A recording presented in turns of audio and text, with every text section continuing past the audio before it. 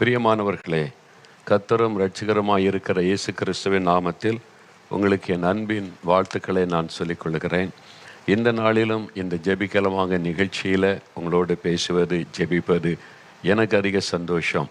நாம் தொடர்ந்து ஜெபத்தை குறித்த பல காரியங்களை உங்களோடு பகிர்ந்து கொண்டு வருகிறேன். ஜெபத்தினுடைய பலவிதமான நிலைகள், அதை குறித்து தான் பேசி வருகிறோம்ல. இந்த நாளில் நம்ம பரிசுத்தாவிக்குள்ளே ஜெபிப்பதை குறித்து பேசினோம். விழித்திருந்து ஜெபிப்பதை குறித்து பேசினோம். அது மாத்திரல்ல, உபவாசத்துடன் ஜெபிப்பதை குறித்து கடைசியாக உங்களோடு நான் பகிர்ந்து கொண்டேன். உபவாச ஜெபம் எவ்வளவு அவசியம், நமக்காக, நம் குடும்பத்துக்காக உபவாசித்து ஜெபிப்பது, நம்முடைய சபைக்காக உபவாசித்து ஜெபிப்பது, தேசத்துக்காக உபவாசித்து ஜெபிப்பது, இந்த மாதிரி உபவாச ஜெபத்தை குறித்த பல காரியங்களை வேதத்திலிருந்து கற்றுக்கொண்டோம். உபவாசித்து ஜெபிக்கிறீங்களா? ரொம்ப அவசியம். வாரத்தில் ஒரு நாளாவது உபவாசத்தை ஜெபிக்க உங்களை அர்ப்பணித்து கொள்ள வேண்டியது அவசியம். உபவாச ஜெபத்தை உங்களுடைய வாழ்க்கையில் ப்ராக்டிஸ் பண்ணி கொள்ளுங்க. வாரத்தில் ஒரு நாளாவது உபவாசம் பண்ணி ஜெபிக்கிற பழக்கத்தை உண்டாக்கி கொள்ளுங்க. குடும்பத்தில் உள்ளவர்களுக்கும் அதை கற்றுக்கொடுங்கள்.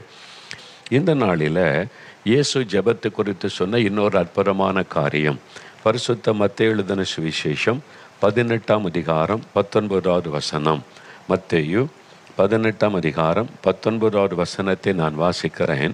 அதாவது புதிய ஏற்பாட்டில் 28வது பக்கம் பாருங்க. அல்லாமலும் உங்களில் 2 பேர் தாங்கள் வேண்டிக் கொள்ள போகிற எந்த காரியத்தை குறித்தாகிலும் பூமியிலே ஒருமனப்பட்டிருந்தால் பரலோகத்தில் இருக்கிற என் பிதாவினால் அது அவர்களுக்கு உண்டாகும் என்று உங்களுக்கு சொல்கிறேன். பூமியிலிருந்து தான் நம்ம ஜெபிக்கிறோம். அப்படி ஜெபம் பண்ணும்போது பூமியில் 2 பேர் ஒருமனப்பட்டு பிதாவை நோக்கி வேண்டிக் கொண்டால் அது கட்டாயம் ஆகும் என்பதாக சொல்லப்படுகிறது. அப்போது ஒரு மனதுடன் ஜெபம் பண்ணுவது, அதாவது ஒரு மனதுடன் ஜெபம் பண்ண வேண்டும். இது 7வது காரியம். ஜெபத்தை குறித்து தொடர்ந்து பேசிக்கிட்டு வந்தோம்ல. ஒரு மனதுடன் ஜெபிப்பதை குறித்து இயேசுவை தெளிவாக சொல்லுகிறார். அதனால தான் நீங்கள் ஊழியக்காரராக எங்களிடத்தில் ஜெபிக்க அநேகர் வருவாங்க. சுகத்துக்காக ஜெபிக்கணும், விடுதலைக்காக ஜெபிக்கணும், கற்பத்தின் ஆசீர்வாதத்துக்காக ஜெபிக்கணும்னு சொல்லி. அப்படி வரும்பொழுது நான் அதை நல்லா கவனிப்பேன். யார் ஒரு மனமாக இணைந்து ஜெபிக்கிறாங்களோ அவங்க கூட நாங்கள் இணைந்து ஜெபிக்க முடியும். அவங்க சின்சியராக ஜெபிக்கும் போது, ஆவியானவர் இணைத்து ஜெபிக்க வைக்கும்போது 2 பேரும் ஒருமனப்படணும்ல. உங்களோட நான் ஊழியக்காரனாக இணைந்து ஒருமனப்பட்டு உங்களுக்காக பிதாவினிடத்தில் ஜெபிக்கும் போது இந்த வசனத்தின்படி தான் அற்புதம் நடக்கிறது. பூமியில் 2 பேர் ஒருமனப்பட்டு எதை கேட்டாலும் பிதாவினால் உண்டாகும். ஆண்டவரே உங்களுக்கு சுகம் உண்டாகணும் இயேசுவின் நாமத்தில் அப்படின்னு ஜெபிக்கும் போது சுகம் உண்டாகிரும். இவங்களுக்கு கற்பத்தின் ஆசீர்வாதம் உண்டாகணும் ஜெபிக்கும் போது அது உண்டாக்கிவிடும். ஆனால் ஒரு மனம் அவசியம். சில சமயத்தில் பார்த்துருக்கிறேன், நாங்கள் தேவனுடைய சமூகத்தில் காத்திருந்து ஆண்டோடைய பிரசன்னத்தில் ஆண்டவரை நோக்கி பார்த்து சின்சியராக ஜெபிச்சா இவங்க கண்ணை திறந்து அப்படி வேடிக்கை பார்த்துக்கிட்டே முழங்காலில் நிற்பாங்க. ஒரு மனம் வராது. ஊழியக்காரனோட ஒருமனப்பட மாட்டாங்க. அதனால தான் நிறைய பேர் அற்புதங்களை பெறுவது இல்லை.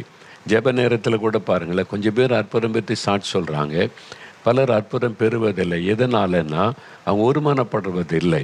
இதுதான் தவறு. இதை உணர்வதே இல்லை.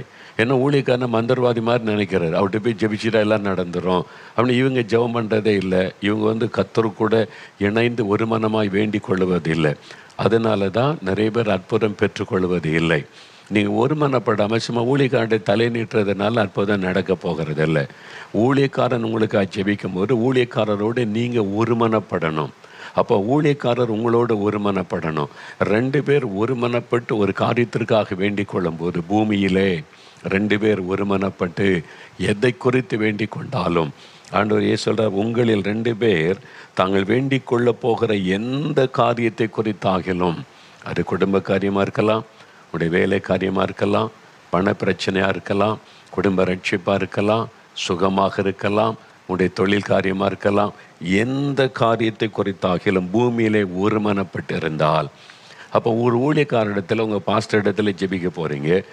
ஊழியக்காரத்தில் ஜெபிக்க போனால் நமக்கு ஒரு பழக்கம், ஊழியக்காரனை பார்த்துட்டாலே தலை நீட்டி ஜெபிக்க சொல்லணும். ஆனால் எதுக்கு ஜெபிக்கணும்னா தெரியாது. அப்போ ஒன்றும் இல்லை, அது சும்மா பேருக்கான ஜெபம். அந்த ஜெபத்தில் பயன் இல்லை. பார்க்கும்போதெல்லாம் ஜெபிக்க சொல்கிறேன். அப்போ ரொம்ப விசுவாசம் இருக்கிற மாதிரி, ஆண்டவர் மேல் அன்பாக இருக்கிற மாதிரி காண்பித்து கொள்ளுவது. ஒருமனப்படணும். சிலர்கிட்ட கேட்போம், உங்களுக்கு எதுக்காக ஜெபிக்கணும் அப்படியே யோசிப்பாங்க. அப்போ அவங்களுக்கு இருதயத்தில் எதுக்கு ஜெபிக்கணும்னு தீர்மானமே இல்லை. அப்போ சொல்லுங்கள், அப்போ நான் எப்படி அவங்களோட ஒருமனப்பட்டு ஜெபிக்க முடியும்? எப்படி அற்புதம் நடக்கும்? இதனால தான் நிறைய பேர் அற்புதமே பெறுவதில்லை. சும்மா போய் ஜெபிச்சுட்டு போகிற அவங்களுக்கு திருப்தி, நான் ஊழிக்காட்ட ஜெபிச்சுக்கிட்டேன்னு கேட்டால் எதுக்குன்னு சொல்ல தெரியாது. அப்படியே முழிப்பாங்க. ஜெபிக்க சொன்ன சிலரை நான் பார்ப்பேன், ஜெபிக்கும்போது ஆண்டோடைய பிரசன்ன தடைப்படும். என்னன்னு கண்ணை திறந்து பார்த்தா அவங்க கண்ணை திறந்து அப்படியே பார்த்துக்கிட்டே இருப்பாங்க. ஊழியக்காரன் தான் ஜெபிக்கணும், இவங்க அப்படி பார்த்துக்கிட்டே இருப்பாங்க. ஒரு குடும்பத்தார் ஜெபிக்க வரும்போது நீங்கள் ஜெபிக்கணும் உத்தரவாதம் எடுத்தேன்னு சொன்னால் ஒருமனப்பட்டு ஜெபிக்க மாட்டாங்க. அவருக்கு ஜெபிக்க சொல்லிட்டு இவங்க அப்படியே நின்று வேடிக்கை பார்த்துக்கிட்டு அப்படியே நிற்பாங்க. அப்போ இருதயம் அங்கே ஒருமனப்படாததுனால அற்புதம் நடப்பது இல்லை. நல்லா அறிந்து கொள்ளுங்க, இயேசு சொன்ன வார்த்தையை. இனிமேல் நீங்கள் உங்கள் பாஸ்டர்கிட்ட ஜெபிக்க போனாலும் சரி, உங்கள் ஊழியக்காரனிடத்தில் ஜெபிக்க போனாலும் சரி, முதல்ல தீர்மானம் எதுக்காக ஜெபிக்கணும். இந்த காரியத்தில் ஒரு அற்புதம் வேணும், இந்த காரியத்தில் விடுதலை வேணும், இந்த வியாதியிலேருந்து சுகம் வேணும். முதல்ல ஒரு குறிப்பு இருக்கணும், ஒரு கருத்தாக இருக்கணும். இந்த காரியத்துக்கு ஜெபிக்கிற டார்கெட் இருக்கணும். ரெண்டாவது, ஊழியக்காரர்கிட்ட ஐயா நான் இதுக்காக ஜெபிச்சுக்கிட்டு இருக்கேன், என் கூட சேர்ந்து இதுக்காக ஜெபம் பண்ணுங்க அப்படி சொல்லணும். அப்போ அந்த ஊழியக்காரர் உங்களோட ஒருமனப்பட்ட இந்த காரியத்துக்காக ஜெபிக்கும்போது இயேசு சொன்ன வார்த்தையின்படி அது அப்படியே நடக்கும். அப்போ ஏன் நடக்கலைன்னா காரணம் நீங்கள் தான். ஏன்னா ஒரு மனம் இல்லை, உங்களுக்கே எதுக்கு ஜெபிக்கணும்னு நோக்கமே இல்லை. சிலர் நோக்கத்தோடு வந்து கருத்தாக ஜெபிக்கிறாங்க, அவங்களுக்கெல்லாம் அற்புதம் நடக்குது. அவங்களுக்கெல்லாம் நடக்குது. என்ன நடக்க மாட்டேங்குதுன்னா சம்திங் ராங் என்கிட்ட தான் என்பதை உணரணும். அப்போ நான் எங்கே தப்பு பண்ணுறேன்? ஆண்டவர் மேலே தப்பு இல்லை, அவர் அற்புதம் செய்கிற தேவன் பாகுபாடு பார்க்காமல் அற்புதம் செய்கிறார். நான் அற்புதம் பெற்றுக்கொள்ளனா எனக்குள்ளே ஏதோ மிஸ்டேக் இருக்குது, அதைத்தான் உணர்ந்து உங்களை நீங்கள் சரிப்படுத்தி கொள்ளணும். அப்போ அந்த 2 பேர் ஒருமனப்படுவது எவ்வளோ முக்கியமான விஷயம் என்பதை அறிந்து கொள்ளணும். அதனால் ஊழியக்காரரோட ஒருமனப்பட்டு இணைந்து ஜெபிக்கணும். 2 பேருடைய இருதயமும் ஒரே காரியத்தை கருத்தாக ஜெபிக்கும் போது உடனே அற்புதம் நடந்துடும். பிதாவினால் அது உங்களுக்கு உண்டாகும். இயேசு சொன்ன வார்த்தை அப்படியே நிறைவேறும். சரி, இந்த 2 பேர் ஒருமனப்படுவதுன்னா யாரோடு ஒருமனப்படுவது? அதில் சில ஒரு 4 காரியம் நான் உங்களுக்கு சொல்கிறேன், கவனமாக கேட்டுக்கொள்ளுங்க. இது உங்களுடைய வாழ்க்கையில் அனுதினமும் நடக்கிற விஷயம். முதலாவது, தேவனோடு நம்ம ஒரு மனம் இருக்கணும். இயேசு கிறிஸ்துவுக்கு நமக்கும் ஒரு மனம்.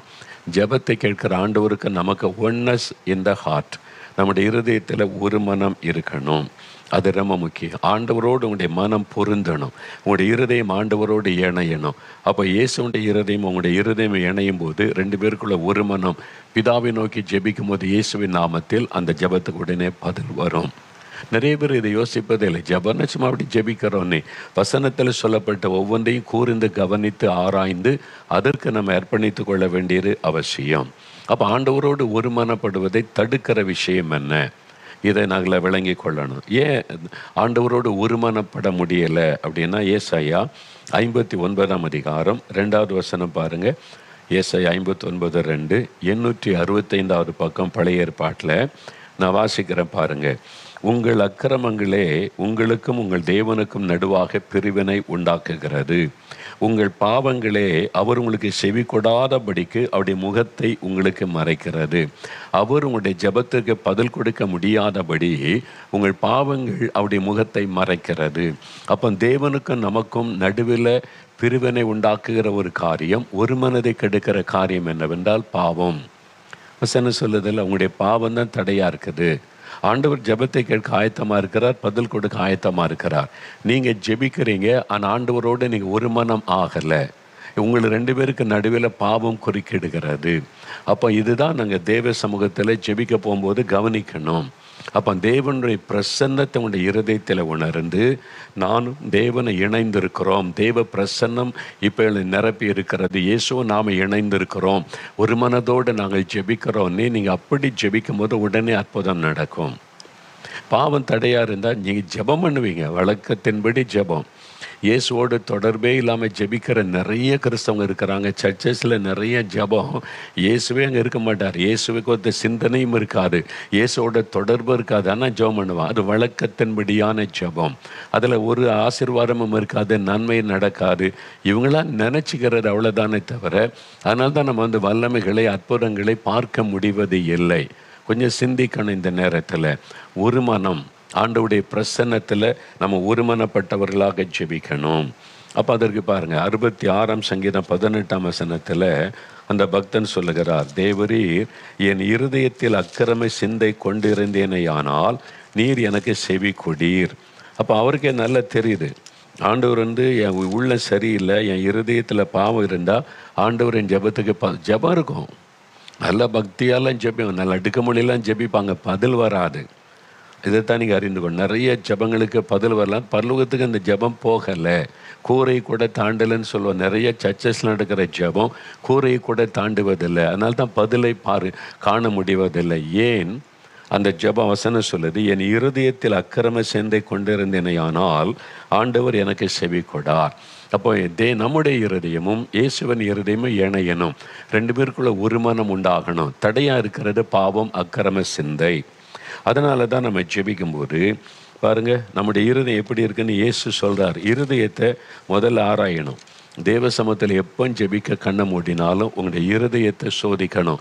ஆண்டவருடைய பிரசன்னத்தில் இருதயம் இணைஞ்சிருக்குதா, இயேசுவோட இணைந்திருக்கிறீங்களா அப்படின்னு சொல்லி அதை உணர்ந்து ஜெபிக்கணும். உங்களுக்கு நல்லா தெரியும், நீங்களும் ஆண்டவருடைய இருதயமும் இணைந்திருக்கு, இயேசுவும் நீங்கள் இணைந்திருக்கிறீங்க என்பது உங்களுக்கு நல்ல ஆவியிலே தெரியும். நிறைய பேருக்கு இந்த அனுபவமே இல்லை. ரட்சிக்கப்படாதவர்களை ஜெபம் பண்ணால் ஆண்டவர் ஜெபத்தை கேட்பாருன்றீங்க.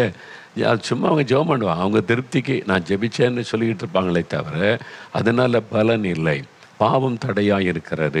இப்போ மார்க் 7ஆம் அதிகாரம் 21ஆம் வசனத்திலிருந்து இயேசு கிறிஸ்து சொல்லுகிறார், மனிதனுடைய இருதயத்துக்குள்ளிருந்து பொல்லாத சிந்தனைகள், விபச்சாரங்கள், வேசித்தனங்கள், கொலை பாதகங்கள், களவுகள், பொருளாசைகள், துஷ்டத்தனங்கள், கபடு, காமவிகாரம், வன்கண், தூஷணம், பெருமை, மதிகேடு எல்லாம் புறப்பட்ட இருதயத்திலிருந்து இதெல்லாம் புறப்பட்டு வருது. பொல்லாங்கானவைகளாகிய இவைகளெல்லாம் உள்ளத்திலிருந்து புறப்பட்டு மனுஷனை தீட்டுப்படுத்தும். பாவத்தினால இருதயம் தீட்டப்பட்டு போச்சுன்னா உங்களுடைய ஜெபம் எப்படி கேட்கப்படும் நினைக்கிறீங்க? யோசிங்க. பாவத்தினால இருதயம் தீட்டப்பட்டு விட்டார், உங்களுடைய ஜெபத்துக்கு எப்படி ஆண்டவர் பதில் தருவார்? அவர் ஜெபத்தை கேட்கவே மாட்டார். இந்த ஜெபம் பரலோகத்துக்கு போகாதே. அப்போ முதல்ல நீங்கள் உங்கள் இருதயம் எப்படி இருக்குது, இயேசுவோடைய இருதயம் இணைந்து இருக்குதா, அவருடைய பிரச்சனை எனக்குள்ள இருக்கிறதா சோதித்து பார்க்கணும். அப்போ இருதயத்தில் இந்த உலகத்தில் வாழ்கிறோம், அப்பப்போ கோவம் வந்துடுது, எரிச்சல் வந்துடுது, இச்சையான காரியம் வந்துடுது. இதெல்லாம் போகிற வழியில் சில பாவங்கள் நம்மை தாக்குகிறது. அப்போ இப்படிலாம் இருந்தால் எப்படிங்க அப்போ நம்ம ஜெபிக்கிறது, ஆண்டவர் ஜெபத்தை கேட்கறதுன்னா நம்முடைய பாவத்தை நம்ம அறிக்கை செய்தால் ஆண்டவர் எல்லா பாவத்தை மன்னித்து அவருடைய இரத்தத்தினால் இருதயத்தை கழுவி விடுவாராம். இதைத்தான் அறிந்து கொள்ளணும். 1 யோவான் 1ஆம் அதிகாரம் வேதவசனம் 8-9 வசனத்தை பாருங்கள். 1 யோவான் 1ஆம் அதிகாரம் 8-9 வசனம், நமக்கு பாவம் இல்லை என்போமானால் நம்மை நாமே வஞ்சிக்கிறவளாக இருப்போம். சத்தியம் நமக்குள்ளே என்ன பாவமே கிடையாதுங்க, நான் ரட்சிக்கப்பட்ட அபிஷேகம் பெற்று இப்போ பாவமே கிடையாது, யாரும் அப்படி சொல்ல முடியாது. பாவம் நிறைந்த உலகத்தில் வாழ்கிறோம், ரட்சிக்கப்பட்ட அபிஷேகமே பெற்றிருந்தாலும் அப்பப்போ சில பாவ கரைகள் வந்து விடுகிறது. பாவம் தாக்கி விட டக்குனே கோவம் வந்துடுது, ஒரு எரிச்சல் வந்துடுது, வீணான வார்த்தை பேசுகிறோம், சூழ்நிலை நமக்கு ஒரு இச்சையான காரியத்தை செய்கிறதெல்லாம் வந்து விடுகிறது. அதில் நிலைச்சிருக்கக்கூடாது. ரட்சிக்கப்பட்டவங்க அதில் நிலைச்சிருக்க மாட்டாங்க, ரட்சிக்கப்படாதவங்க அதில் நிலைத்திருப்பாங்க. இதான் வித்தியாசம். உடனே மனசாட்சி உறுத்தம். என்ன செய்கிறது? அடுத்த வசனம், நம்முடைய பாவங்களை நாம் அறிக்கையிட்டால் பாவங்களை நமக்கு மன்னித்து எல்லா அநியாயத்தை நீக்கி சுத்திகரிப்பதற்கு அவர் உண்மையும் நீதியும் உள்ளவராய் இருக்கிறார். இது யாருக்கு எழுதப்பட்டது? விசுவாசிகளுக்கு, ரட்சிக்கப்பட்ட விசுவாசிகளுக்கு எழுதப்பட்ட தேவனுடைய வார்த்தை. நீ ரட்சிக்கப்பட்டிருந்தாலும் அபிஷேகம் பெற்றிருந்தாலும் பாவம் நிறைந்த உலகத்தில் இருக்கிறனால அப்பப்போ சில பாவ கரைகள் வந்துடும். அந்த கரையோடு நீ போன ஆண்டவரோடு பேச முடியாது, ஜெபத்துக்கு பதில் வராது. முதல்ல உன் இருதயம் சுத்திகரிக்கப்படணும். அதனால தான் எப்போ ஜெபம் பண்ணினாலும் முதலாவது நம்முடைய இருதயத்தை சோதித்து பார்த்து ஆண்டோடைய ரத்தம் நம்மை கழுவ இடம் கொடுக்கணும். அறிக்கை செய்ய வேண்டிய பாவங்களை அறிக்கை செய்த ஆண்டவரே என் பாவத்தை மன்னிச்சு, அது பழைய பாவத்தை சொல்லி கொண்டிருக்கூடாது, ரட்சிக்கப்படுவதற்கு முன்னால் உள்ள பாவத்தை சொல்லக்கூடாது.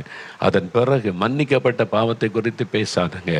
இன்றைக்கு இப்போ இந்த நாளில் நான் இது மாதிரி கோவப்பட்டுட்டேன், இது மாதிரி தவறு பண்ணிட்டேன், ஆண்டவரே என்னுடைய ரத்தத்தினால் என்னை கழுவிருங்க, எனக்கு உங்களுக்குள்ள தொடர்பு தடைப்படக்கூடாது, பாவம் நமக்கு நடுவில் மேலே வரக்கூடாது, நான் இப்போ உங்களோட இணைந்திருக்கணும்னு அறிக்கைட்டு ஜெபிச்ச உடனே இயேசு கிறிஸ்துவின் ரத்தம் சகல பாவங்களுக்கு சுத்திகரிக்கும். இப்போ நம்முடைய இருதயமும் ஆண்டவருடைய இருதயமும் இணைஞ்சிரும். ஆண்டவருக்கு நமக்கு ஒரு மனம் வந்துடும். அந்த 2 பேர் ஒரு மனப்பட்டு பிதாவை நோக்கி ஜெபிச்சிங்கன்னா அதை உடனே ஆண்டவர் சாங்ஷன் பண்ணிடுவார். உடனே அற்புதம் நடக்கும். இதை அறிந்து கொள்ளணும். அப்போது நீங்களும் இயேசுவும் ஒருமனப்பட்டவளாக இருக்கணும். ஆண்டவரோடு உங்களுடைய இருதய நல் மனம் பொருந்தி நீங்கள் இருக்கணும். அது ரொம்ப முக்கியம். சரி, 2வது காரியம் என்னென்னா, மனிதரோடு நாம் ஒரு மனமாக இருக்கணும். மனிதர்களோடு ஒரு மனமாக இருப்பது அது ரொம்ப முக்கியம். இதை குறித்தும் இயேசு கிறிஸ்துவே சொல்கிறார் பாருங்கள். இன்றைக்கி நிறைய பேருடைய ஜெபத்துக்கு பதில் வரலை, அற்புதம் நடக்கிறதுக்கு காரணம் இந்த வசனங்களை எல்லாம் நிறைய பேர் மறந்துடுறது, வசனத்தின்படி நம்முடைய வாழ்க்கையை அமைத்து கொள்வதில்லை. ஏதோ நானும் எல்லாரும் சொல்கிறேன், நானும் ஜெபிக்கிறேன், ஏன் ஜெபத்துக்கு பதில் வரல அப்படி சொல்லிக்கொண்டே இருக்கிறதை பார்க்குறோம். இப்போது மார்க் 11ஆம் அதிகாரம் 25, 26 வசனம் பாருங்கள். இயேசு என்ன சொல்கிறான்னு பாருங்களேன். மார்க் 11ஆம் அதிகாரம் 25, 26. நீங்கள் நின்று ஜெபம் பண்ணும்போது ஒருவன் பேரில் உங்களுக்கு யாதொரு குறை உண்டாயிருக்குமானால் பரலோகத்தில் இருக்கிற உங்கள் பிதா உங்கள் தப்பிதங்களை உங்களுக்கு மன்னிக்கும்படி அந்த குறையை அவனுக்கு மன்னியுங்கள். நீங்கள் மன்னியாதிருப்பீர்களானால் பரலோகத்தில் இருக்கிற உங்கள் பிதாவும் உங்கள் தப்பிதங்களை மன்னியாதிருப்பார் என்றார். பார்த்தீங்களா? இப்போ இயேசு ஜெபத்தை குறித்து பேசும்போது முந்தின வசனத்தில் பார்த்தீங்கன்னா, நீங்கள் ஜெபம் பண்ணும்போது விசுவாசிக்கணும், விசுவாசம் உள்ளவர்களாக கேட்பதை பெற்றுக்கொள்வீர்கள். விசுவாசம், அதனால் எல்லாருக்குமே விசுவாசம், அதில் உறுதியாக இருக்கிறோம். விசுவாசத்தோடு ஜெபிக்கணும், விசுவாசிக்கிறேன் ஆண்டவரேன்னு சொல்கிறோம். அது ஒன்று. 2வது சொல்கிறாரு, நீ நின்று ஜெபம் பண்ணும்போது உன் ஜெபத்தை பரலோகத்தின் தேவன் கேட்டு பதில் தரணுமானா ஜெபம் பண்ணும்போது உன் இருதயத்தை சோதித்து பார். என்ன சோதிக்கணும்? யார் மீதாவது எனக்கு வருத்தம் இருக்குதா? யார் மீதாவது ஒரு கசப்பு இருக்குதா? யாரை குறித்தாவது ஒரு வெறுப்பு என் உள்ளத்தில் இருக்குதா? ஒருவன் பேரில் உங்களுக்கு யாதொரு குறை உண்டாயிருக்குமானால், அது உங்கள் வீட்டுக்குள்ளே இருக்கிறவங்களா இருக்கலாம், வேலை செய்கிற இடத்துல இருக்கலாம், ஊழியம் செய்கிற இடத்துல இருக்கலாம், பிஸ்னஸ் செய்கிற இடத்துல இருக்கலாம். யார் மீதாவது ஒரு வருத்தம், அதனால் ஒரு கசப்பு, அதனால் ஒரு வெறுப்பு உங்களுடைய உள்ளத்துக்குள்ளே இருந்தால், ஒரு ஆளை பார்த்தோன்னே உள்ளத்தில் அப்படியே பத்துக்கிட்டு எரின்னு சொல்லுவாங்கள்ல, அப்படி இருக்குதா அவங்களுக்கு? உங்கள் ஜெபம் கேட்கப்படாது. நீங்கள் அழுது ஜெபித்தாலும் கேட்கப்படாது, உபவாசித்து ஜெபித்தாலும் பதில் வராது. இயேசுவே சொல்லுகிறார், இவனை பார்த்தாலும் எனக்கு ஒரு மாதிரி இருக்குன்னு பல்ல கட்டிப்பாங்க. பார்த்துருக்கீங்களா? சிலருக்கு மாமியாரை பார்த்தா பிடிக்காது, சிலருக்கு மருமகளை பார்த்தா பிடிக்காது, சிலருக்கு நாத்தனாரை பார்த்தா பிடிக்காது, சிலருக்கு மேல் அதிகாரி இந்த ஆள் என்ன வேலை வாங்கிட்டே கொடுமைப்படுத்துகிறான் லீடரை பார்த்தா பிடிக்காது, சிலருக்கு சர்ச்சுக்குள்ளே போனால் இவன் எதிர்கட்சி அப்படின்னு அவங்க மேலே கசப்பு வெறுமூஞ்சி திருப்பிக்கிறது, ஒரு வெறுப்பு உள்ளத்தில் வளர்ந்துக்கிட்டே இருக்குது. ஆண்டவர் சொல்கிறார், சக மனிதரோடு நீங்கள் ஒரு மனமாக இருக்கணும். முதல்ல உங்கள் வீட்டுக்குள்ளே, குடும்பத்துக்குள்ளே, மாமியார், மருமகள், கணவன், மனைவி, நாத்தனார், நீங்கள் ஒரு மனமாக இருக்கீங்களா? ஒன்னஸ் இருக்குதா வீட்டுக்குள்ளே? இல்லை, அவளை எனக்கு பிடிக்காது, பேச மாட்டேன், திருப்பி கொள்ளுவேன். உங்கள் ஜெபம் கேட்கப்படாது. உங்களுக்கு என்ன அழுது முட்டி மோதி ஜெபிச்சாலும் ஜெபத்துக்கு பதில் வராது. ஒரு மனப்படணும். இதான் ஆண்டவர் இயேசு சொல்கிறார்.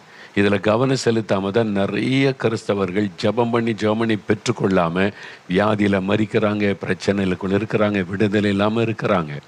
இதை கவனம் செலுத்தினீங்கன்னா உங்களுடைய வாழ்க்கையில் நிறைய அற்புதங்களை பார்க்க முடியும். அப்போ மனிதரோடு ஒப்புரவாகி ஒரு மனமாக இருக்கணும். குடும்பத்தில், வேலை செய்கிற இடத்துல எல்லாரும் நல்லா இருக்கீங்களா? சந்தோஷமாக இருக்கீங்களா?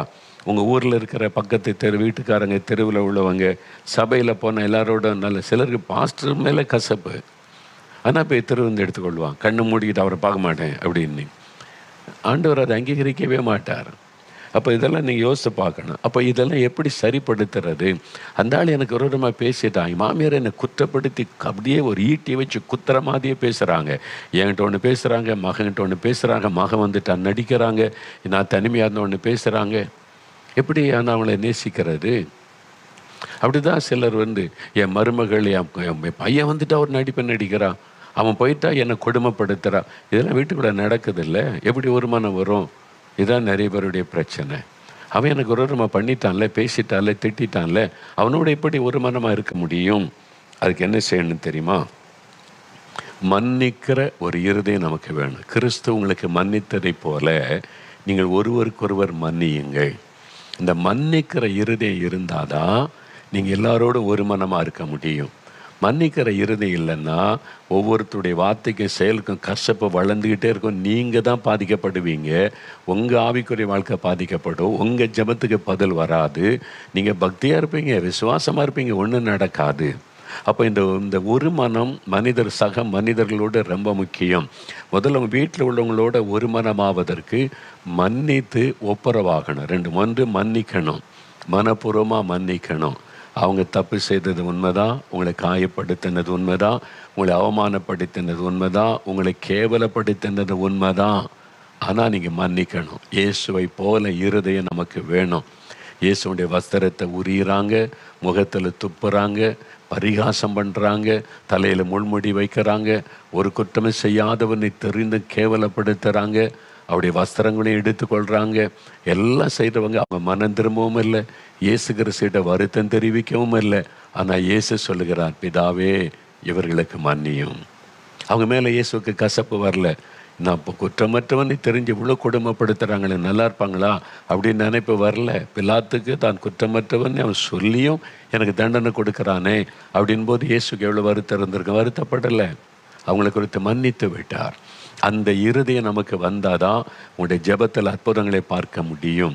உள்ளத்தில் கசப்பை வைத்து கொண்டு நீங்கள் எவ்வளோ விசுவாசத்தோடு ஜெபித்தாலும் அற்புதத்தை பார்க்க முடியாது. அதனால் ஒரு மனம் ரொம்ப அவசியம். உங்கள் குடும்பத்தாரோடு ஒரு மனமாக இருக்கிறீங்களா? யார் கூட ஒரு மனம் பாதிக்கப்பட்டு இருக்கிறது? முதல்ல மன்னித்து அவங்கள ஆசீர்வதித்து ஜெபம் பண்ணுங்க. சிலருக்கு கணவன் மேலேயே வருத்தம், மனைவி மேலேயே வருத்தம், ஆனால் ஒன்றா சர்ச்சுக்கு போவாங்க, வெளியில் ரொம்ப பக்தியாக எல்லாமே இருப்பாங்க. அது ஒரு நடிப்பு மாதிரி தானே. ஆண்டவர் இருதயத்தை என்ன நடிச்சுக்கிட்டு இருக்கிறீங்க? ஒழுங்க ஒப்புரவாகி சரியாகுங்கன்னு கர்த்தர் சொல்லுகிறார். அப்போது நம்ம ஒப்புரவாகணும். அது ஒரு கருத்து சொல்கிறேன். மத்தேயு நீங்கள் மத்தேயு 5 அதிகாரம் பாருங்கள். இது ரொம்ப சீரியஸான ஒரு காரியம். நிறைய பேர் இதில் கவனம் செலுத்துவதே இல்லை. அப்போ ஆனால் ஜெபம் மட்டும் பண்ணும். ஆண்டு பிதாவே, மற்றவர்களுக்கு நாங்கள் மன்னிக்கிறதே போல எங்கள் குற்றங்களை மன்னியும். மன்னிச்சிங்களா? மாமியாரை மன்னிச்சிங்களா? மருமகளை மன்னிச்சிங்களா? உங்களை திட்டினவங்களை கேவலப்படுத்தின மன்னிச்சிங்களா? உங்களை காயப்படுத்தினவங்களை மன்னிச்சிங்களா? மன்னிக்காமல் என்ன ஜெபம்? பொய் ஜெபம். அதுவே ஒரு பாவம். ஆண்டவரே, எனக்கு விரோதமாய் குற்றம் செய்கிறவர்களுக்கு ஆண்டவரே நீர் நான் மன்னித்ததை போல நீர் என்னை மன்னியுன்னு ஜெபம் பண்ணுறோம். உண்மைதானா அது? நீங்கள் மன்னிச்சிருக்கீங்களா? மன்னிக்காமலேயே அந்த ஜெபத்தை சொல்லுவது அதுவே ஒரு பொய்யான ஜெபம், அதுவே ஒரு பாவம். நிறைய கிறிஸ்தவங்க இதை ஒவ்வொரு வாரமும் சொல்கிறாங்க. அப்படி கிளிப்பிள்ளை சொல்கிற மாதிரி அப்படியே பரமண்டல் ஜெபம் ஆரம்பித்தா அதுக்கு அர்த்தமே விளங்காமல் சும்மா செஞ்சு இருதயம் அந்த ஜெபத்தில் இணையாது. பார்த்துருக்கீங்களா? இருதயத்தில் அந்த ஜெபம் இல்லை, வெறும் உதட்டில் வருது, இருதயம் தூரமாக இருக்கிறாரு. இருதயத்தில் ஜெபம் வந்தால் ஆண்டவரே, நான் மற்றவர்களுக்கு மன்னிக்கிறதை போல நீர் என் குற்றத்தை மன்னின்னு சொல்லும்போது உணர்வு வரும். நான் மன்னிக்கலையே, நான் எப்படி ஆண்டவர்கிட்ட மன்னிப்பை பெற்றுக்கொள்ள முடியும் என்ற உணர்வு வரும். யோசித்து பாருங்கள். நீங்கள் மன்னிச்சிட்டிங்களா? மாமியாரை, மருமகளை மன்னிச்சிட்டிங்களா? கணவரை மன்னிச்சிட்டிங்களா? உங்களுடைய மனைவியை மன்னிச்சிட்டேன், பண்ண தப்பு தான், மன்னிச்சிங்களா என்பதுதான் இயேசுடைய கேள்வி. மன்னியுங்கள் என்பதுதான் இயேசு கிறிஸ்து சொன்ன ஒரு காரியம். நியாயம் பேசாதங்க. நான் கரெக்டு, நான் இப்படி தான், ஓகே, அவங்க தான் தப்பு, ஏன் மன்னிக்கக்கூடாதுன்னு தான் இயேசுடைய கேள்வி.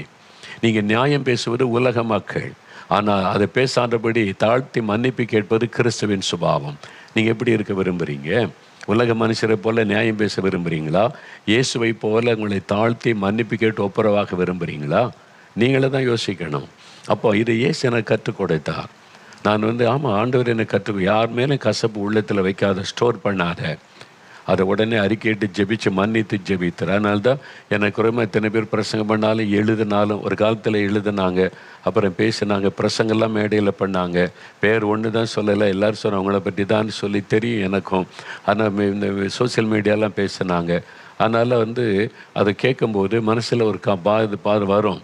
அந்த பாதிப்பு வந்த உடனே நான் ஆண்டவரிடத்தில் போய் அதை பற்றி பேசுவேன். ஆண்டவரே, இப்படி பேசுகிறாங்க, இப்படி சொல்கிறாங்க, எழுதுகிறாங்க, நான் அவங்கள மனப்பூர்வமாய் மன்னிக்கிறேன், அந்த இருதயத்தை எனக்கு தாரும், மன்னிக்கிற இருதயத்தை தாரும், அவளை மன்னித்து அவங்களை ஆசீர்வதிக்கிறேன், அவங்களை குறித்து கசப்போ வெறுப்போ என் உள்ளத்தில் இருக்கக்கூடாது, எடுத்து போட்டுருங்க. அப்படி ஜெபிச்சுதா ஆவியானவர் உதவி செய்வார். நீ ஆண்டவர்கிட்ட காரியத்தை கொண்டு போகணும். நிறைய பேர் கொண்டு போவதில்லை. ஆண்டவரே, என் மாமியார் நிமித்தம் எனக்கு துக்கமாக இருக்குது, காயப்படுத்தப்படுகிறேன், ஆண்டவர்கிட்ட போய் ஜெபிக்கிறது இல்லை. என் மருமகள் என்னை காயப்படுத்துகிறா, துக்கப்படுத்துகிற, ஆண்டவரே நீ ஜெபிக்கிறது இல்லை. அப்போ எப்படி உங்கள்கிட்ட ஜெபம் கேட்கப்படும்? நீங்கள் வழக்கமாக ஜெபிச்சுக்கிட்டு என்னவோ நீங்கள் ஜெபிக்கிறதெல்லாம் ஆண்டவர் கேட்டு பதில் தர மாதிரி நினச்சிக்கிட்டு இருக்கிறீங்க.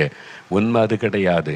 ஏன்னா உங்களுடைய இறுதி ஆண்டவரோடு ஒன்றவில்லை. அவருடைய வசனத்தின்படி உங்களுடைய வாழ்க்கையை அர்ப்பணித்து கொண்டு இருக்கவில்லை. சீரியஸாக இதை யோசிங்க. நீங்கள் நிறைய பேர் சுகம் பெறாமல் இருக்க காரணம் அதுதான்.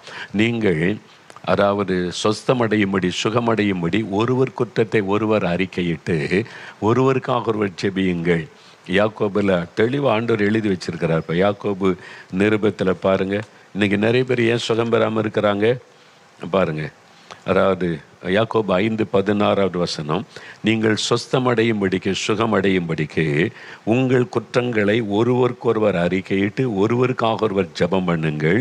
நீதிமான் செய்யும் ஊக்கமான வேண்டுதல் மிகவும் பலன் உள்ளது. அப்போ உங்களுக்கு வியாதி பதில் ஜெபித்த சுகம் கிடைக்க மாட்டேங்குது, மாற்றம் வர மாட்டேங்குதுன்னா யோசிக்கணும்.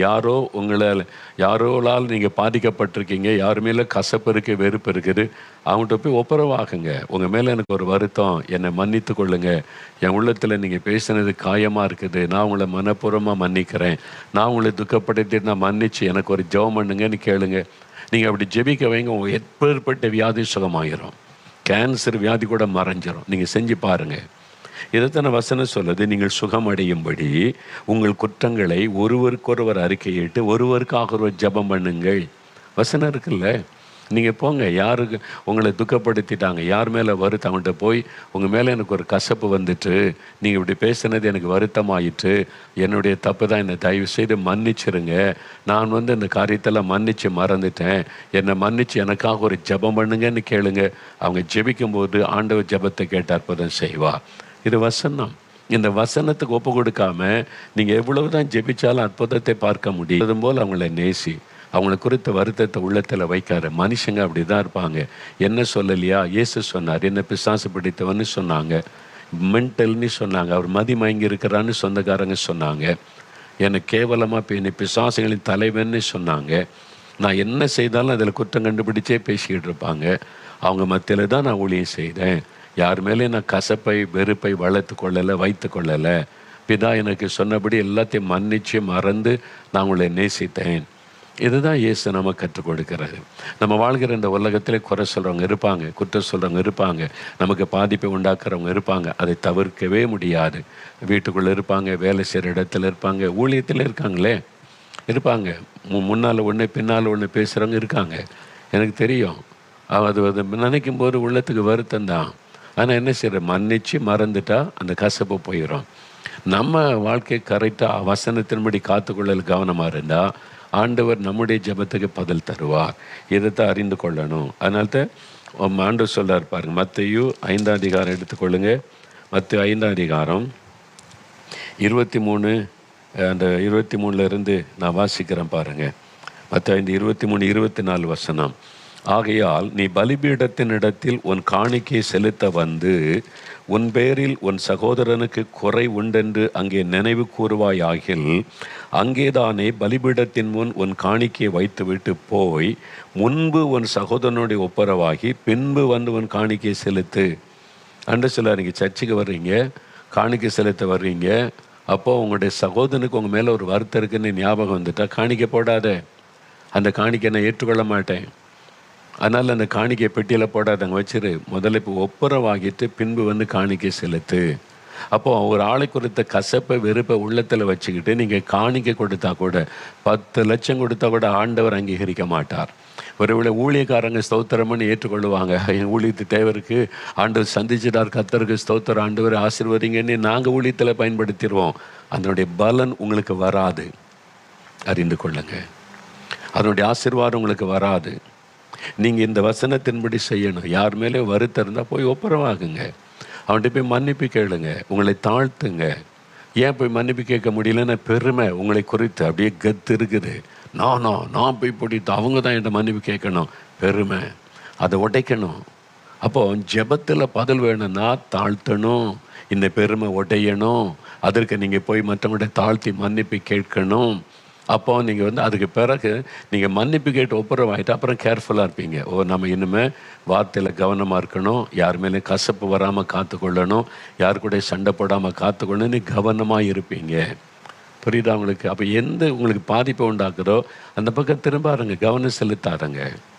பாருங்கள், சோசியல் மீடியாவில் யார் யாரோ பேசுவாங்க, என்னை திட்டி எப்படியாவது என்னை எதையாவது கொண்டு சேர்த்துருவோம். சம்மந்தமே இருக்காது, பொய்யான வீடியோலாம் கட் பண்ணி போட்டு பாருங்கள் மோகலாசஸ் அப்படின்னு பேசுவாங்க. நான் பார்த்துருக்குறேன், சில இதுதான் பார்த்துருக்குறேன். சிலருடைய பெயர் சொல்லுவாங்க, அப்படிலான்னு. அது உண்மை இல்லை, நான் அப்படி பேசலை, அப்படி சொல்லலை. பிறகு அதை பார்க்கணும். பார்த்தீங்களா? நான் பார்த்ததில்லை. அந்த ஆளு கூட நேரில் வந்து நின்று நான் தான் அதுன்னா கூட எனக்கு தெரியாது. நான் அவர் வீடியோலையும் பார்த்ததில்ல, அவர் பேசுனதை கேட்டதில்லை. சில சொல்லி காத்துவாங்கள வந்து இதுக்கு அதை பார்த்து பேசி மனசுக்கு வருத்தம், கசப்பு, அதை வளர விடக்கூடாது. எனக்கு அது வேண்டாம். யார் வேணாலும் பேசட்டும். ஊழியம் செய்தால் காய்ச்ச மரம் கல்லடிப்படும். இயேசுவையே நிந்திப்பாங்க, பரிகாசம் பண்ணுவாங்க. அப்படி இல்லாட்டா நான் உண்மையான ஊழியக்காரனாக இருக்க முடியாது. பேசட்டும். அதனால் அவங்கள நான் ஏன் பார்க்கணும்? அவங்க பேசுகிறது யாருன்னு ஏன் கேட்டு அவங்ககிட்ட நான் பார்க்கணும்? அந்த எண்ணமே எனக்கு வேண்டாம். அதுக்கு டைம் இல்லை. அது கசப்பை உண்டாக்கிறார். அது என் ஜெப வாழ்க்கையை பாதிக்க வேண்டாம். அதனால் அதில் நான் தலையிடுவதே இல்லை. எனக்கு எதுக்கு அது? எனக்கு கொடுத்த ஊழியத்தை நான் செய்கிறேன். எல்லாரையும் நேசிக்க சொன்னார், நேசிக்கிறேன். எல்லாத்திட்டும் அன்பாக இருக்க சொன்னார், அன்பாக இருக்கிறேன். எல்லாருக்கும் ஜெபிக்க சொன்னார், ஜெபிக்கிறேன். மனது ஃப்ரீயாக இருக்கிறதுனால எப்போவும் நான் தேவனுடைய பிரசன்னத்துக்குள்ளே நுழைந்து என்னால் ஜெபிக்க முடிகிறது. அதனால தான் ஆண்டவர் அப்படியே பேசுகிறார், வெளிப்பாடு கொடுக்கிறார். இதை சொல்லு இப்படி செய்ய அந்த அற்புதங்களே ஆண்டவர் செய்கிறார். அதனால் எனக்கு இந்த வரம் அதிலெல்லாம் முக்கிய நோக்கம் கிடையாது. 9 வரம் அதை பெற்றுக்கொள்ள அந்த வரம் இல்லை. எனக்கு இயேசு தான் முக்கியம். அவர் என்கிட்ட பேசணும், அவரோடு ஐக்கியமாக இருக்கணும், அவர் கைடன்ஸ் தரணும். அவர் எனக்கு சொல்லுவார், நீ போ, இந்த காரியத்தை நீ செய் என்பதாக. நிறைய காரியம் அப்படி தான். இப்போமா ஆண்டவர் ஒவ்வொரு நாளும் என்னோட பேசி இதை சொல்லு, இதை காரியத்தை சொல்லி அவர் சொல்கிறத நான் மக்களுக்கு சொல்லணும்.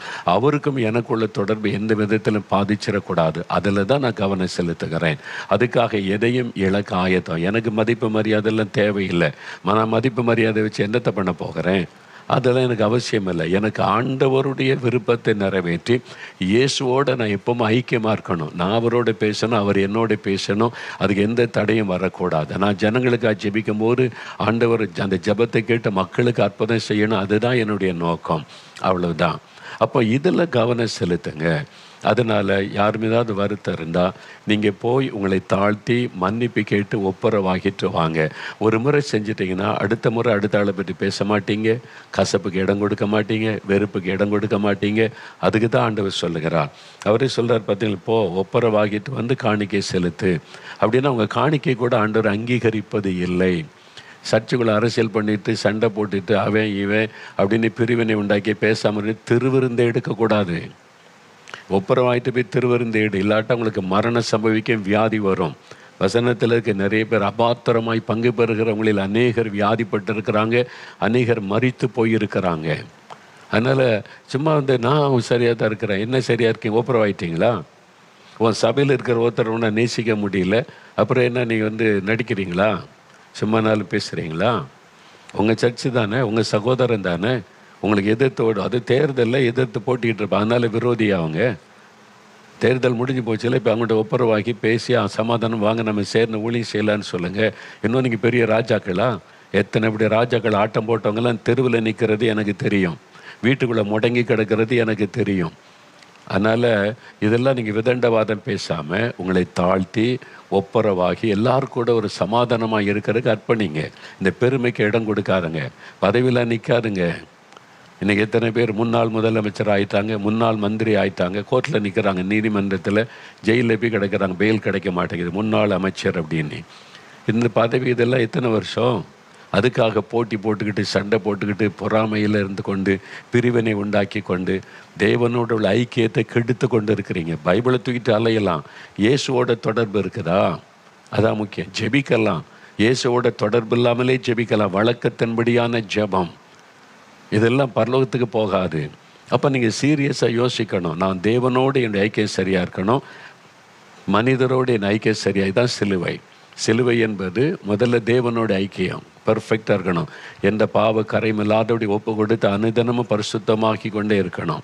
மனிதரோட ஐக்கியம் சைடில் எல்லா மக்களோட அன்பு ஐக்கியமாக இருப்பார். சிலர் மன்னிச்சு மறந்துட்டு விலைக்கு போயிருங்க. நீங்கள் போய் அவங்கள்ட்ட அப்படியே நீங்கள் கொஞ்சிக்கிட்டு இருக்கணும் எல்லாம் ஆண்டவர் சொல்லலை. மன்னிச்சிருங்க, பேசுங்க, மறந்துடுங்க, லீவ் இட், அவ்வளோதான். சிலரோட ஐக்கியப்பட முடியாது, அன்பாக இருக்க முடியும். அன்பு காட்டுங்க, ஐக்கியப்பட தேவையில்லை. ரெண்டுக்குள்ள வித்தியாசத்தெல்லாம் புரிந்து கொள்ளுங்க. அப்போ ஆண்டவர் சொல்கிறாரு, நீங்கள் போய் ஒப்புரவாயிட்டு வா.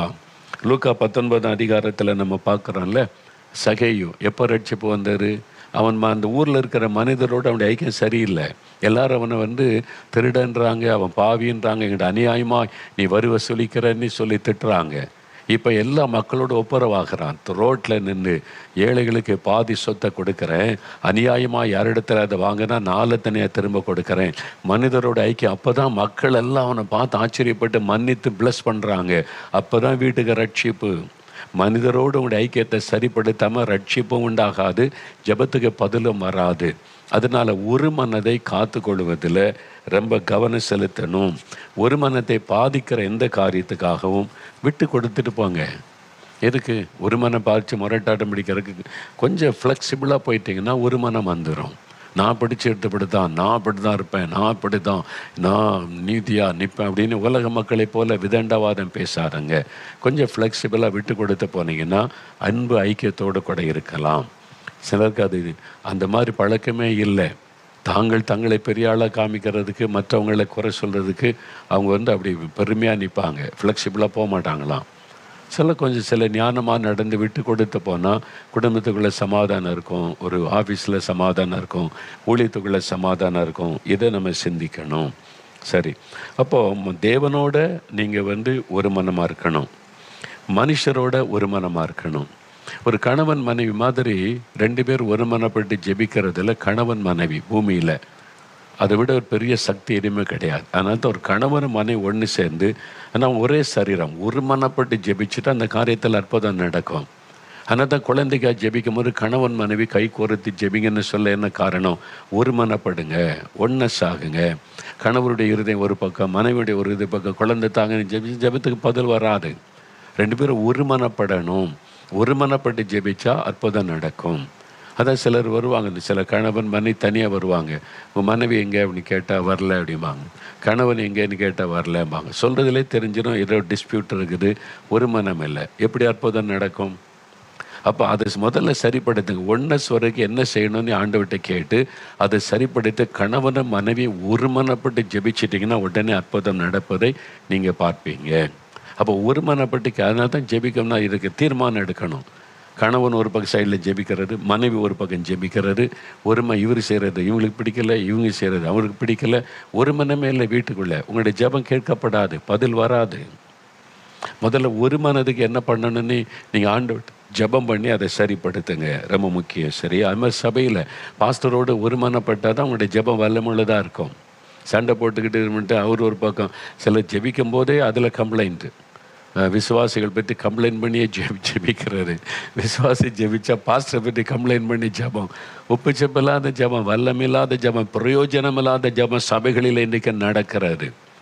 ஒரு மனம் இல்லாமல் பாஸ்டரும் விசுவாசிகள் ஒரு மனப்படாமல் ஜெபிச்சு என்ன பிரயோஜனம்? சும்மா டைம் வேஸ்ட் பண்ணி கொண்டு இருக்கிறீங்க. ஒரு மனப்படுங்க. ஆண்டுகிட்ட கம்ப்ளைண்ட் பண்ணி குறை சொல்லிக்கிட்டு இருக்கிற விட்டு நீங்கள் 2 பேரும் பேசி, 2 பேரும் ரத்தத்தினால் கழுவப்பட்டவங்க, அபிஷேகம் பெற்றவங்க தானே, ஒன்றுக்கொன்று பேசி ஒப்புரவாகி சரியாகுங்க என்று ஆண்டவர் சொல்லுகிறார்.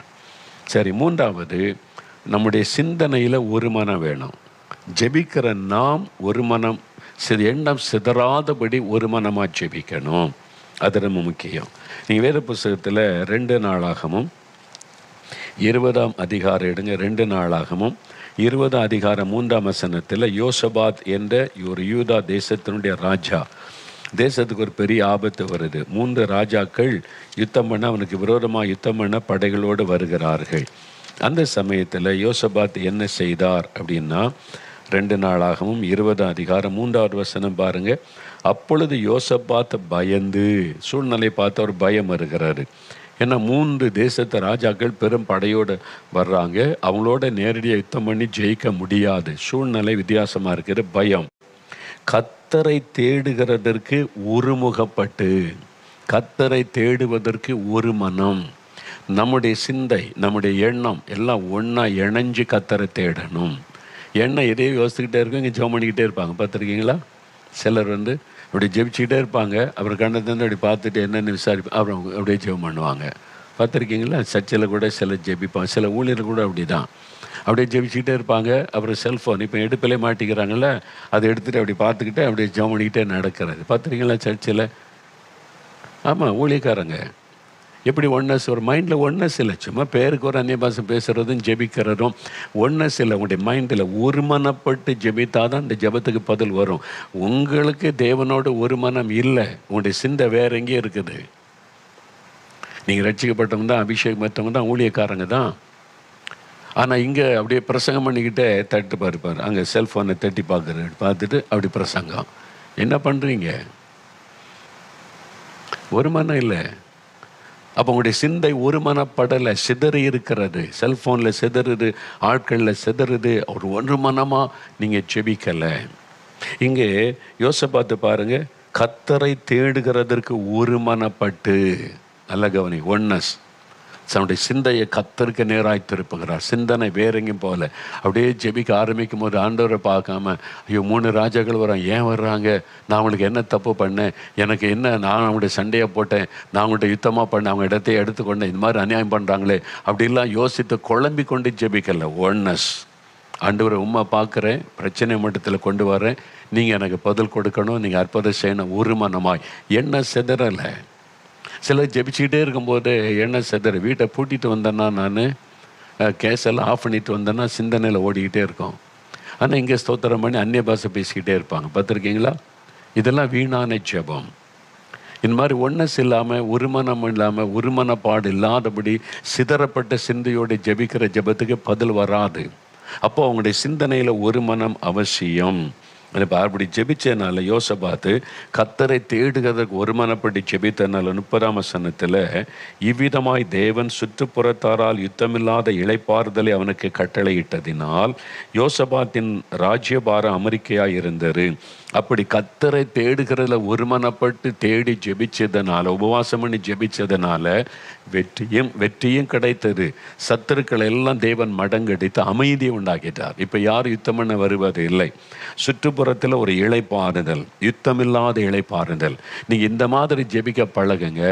குடும்பத்தில் பிரச்சனை வராது, வேலையில் பிரச்சனை வராது, பிஸ்னஸில் பிரச்சனை வராது, ஊழியத்தில் பிரச்சனை வராது. அப்படியே அமைதியாக எல்லாமே நடக்கும். ஒரு மாதிரி தெரிஞ்சாலும் ஒன்றும் இல்லாமல் போயிடும், உங்களை பாதிக்காது. ஆண்டவர் ஒரு அமைதியை வீட்டுக்குள்ளே கட்டளையிடுவார். ஊழியம் செய்கிற இடத்துல அமைதியை ஆண்டவர் கட்டளையிடுவார். ஒரு இளைப்பாறுதல், யுத்தமில்லாத ஒரு இளைப்பாறுதல். அப்போ ஒரு சந்தோஷமாக இருக்கும். வேலை செய்கிற இடத்துல சந்தோஷம், வீட்டுக்குள்ளே சந்தோஷம், ஊழியத்தில் சந்தோஷம். அதுக்கு உங்களுடைய ஜெபந்தான் முக்கியம். ஒரு மனப்பட்டு நீங்கள் ஜெபிக்கணும். எண்ணம் சிதறாமல் நீங்கள் ஜெபிக்கணும். சிந்தை சிதறல் இருக்கக்கூடாது. அதனால தான் சாத்தான் உள்ள நுழைவா. நீங்கள் ஜெபிக்க ஆரம்பிக்கும் போது சாத்தான் சிந்தனைக்குள்ள நுழைவா. உங்களுக்கு ஏதோ ஒரு காரியத்தை ஞாபகப்படுத்துவான். இவங்க உன்னை திட்டினாங்கல்ல, இவங்க உன்னை அவமானப்படுத்தினாங்கல்ல, நீ ஜெபம் பண்ணி இதெல்லாம் நடந்துச்சு, அவனுக்கு வேதனை. அப்படியே சிந்தனையில் அப்படியே குழப்பிடுவான். நாளைக்கு உனக்கு இந்த பிரச்சனை இருக்குல்ல, அது குறித்து யோசி. அப்படியே நீங்கள் அப்படியே உங்களுடைய உதடு அப்படியே ஜெபிக்கும், சிந்தனை வேற எங்கேயே போயிடும். அப்படியே அது சாத்தானுடைய தந்திரம். உங்களுடைய சிந்தனையை சிதறடித்து உங்களுடைய ஜெபத்தின் வல்லமையை இழந்து போக பண்ணுவதிலே சாத்தான் தந்திரசாலி. அதை குறித்த பவுல் அப்போஸ்தலன் எழுதும்போது 2 கொரிந்தியர் 10ஆம் அதிகாரம் எடுத்துக்கொள்ளுங்க. வேத புஸ்தகத்தில் 2 கொரிந்தியர் 10ஆவது அதிகாரம் 4-5 வசனங்களே நான் வேதத்தில் வாசிக்கிறேன் பாருங்கள். 2 கொரிந்தியர் 10ஆம் அதிகாரம் 4-5 வசனங்கள் பாருங்கள். எங்களுடைய போர் ஆயுதங்கள் மாம்சத்துக்கு ஏற்றவைகளாய் இராமல் அரண்களை நிர்மூலமாக்குகிறதற்கு தேவ பலமுள்ளவைகளாய் இருக்கிறது. ஆவிக்குரிய பிள்ளைகள் அறிந்து கொள்ளணும். எங்களுடைய போர் ஆயுதங்கள், சாத்தான் எதிராளியோடு யுத்தம் பண்ணுகிற போர் ஆயுதங்கள், அது அரண்களை நிர்மூலமாக்குகிற தேவ பலம் உள்ளவைகள். என்ன செய்த? அவைகளால் நாங்கள் தர்க்கங்களையும் தேவனை அறிகிற அறிவுக்கு விரோதமாய் எழும்புகிற எல்லா மேட்டிமையையும் நிர்மூலமாக்கி எந்த எண்ணத்தையும் கிறிஸ்துவுக்கு கீழ்ப்படிய சிறைப்படுத்துகிறவளுமாய் இருக்கிறோம். நல்ல கவனிங்க. இது 2 முறை 3 முறை வாசித்தா விளங்கும்.